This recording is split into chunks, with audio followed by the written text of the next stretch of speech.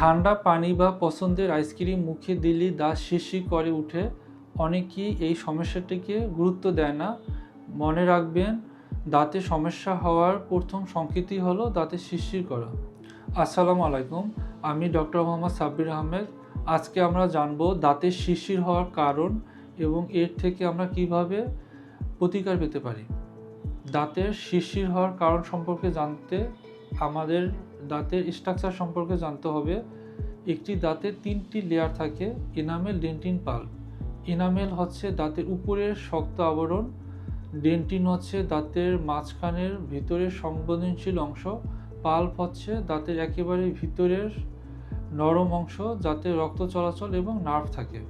যখন কোনো কারণে দাঁতের উপরের এনামেল অংশটি ক্ষয়প্রাপ্ত হয়, ভিতরের শক্ত আবরণ ডেন্টিন অংশটি এক্সপোজ হয়, তখন ঠান্ডা বা গরম খাবার খেলে দাঁত শিরশির করে। এখন প্রশ্ন হলো, কেন এনামেল ক্ষয় হয়?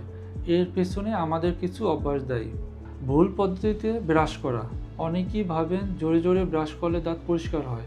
উল্টো, এতে দাঁতের এনামেল অংশটি ক্ষয় হয়। অতিরিক্ত কোল্ড ড্রিঙ্কস বা টক জাতীয় পানীয় দাঁতের এনামেল ক্ষয়প্রাপ্ত করে। অনেকের ঘুমের মধ্যে দাঁত কামড়ায়, যাকে আমরা ব্রুক্সিজম বলি, এতেও দাঁতের এনামেল ক্ষয়প্রাপ্ত হয়। এছাড়া দাঁতে গর্ত বা পাথর জমলে দাঁত শিরশির করতে পারে। কোনো কারণে দাঁতের এনামেল অংশটি ক্ষতিপ্রাপ্ত হয়ে ডেন্টিন এক্সপোজ হলেও দাঁত শিরশির করতে পারে।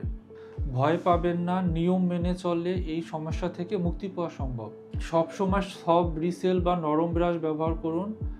দিনে 2 বার, সকালে নাস্তা করার পরে এবং রাতে ঘুমানোর আগে ফ্লয়েডযুক্ত টুথপেস্ট দিয়ে অন্তত 2 মিনিট ব্রাশ করুন।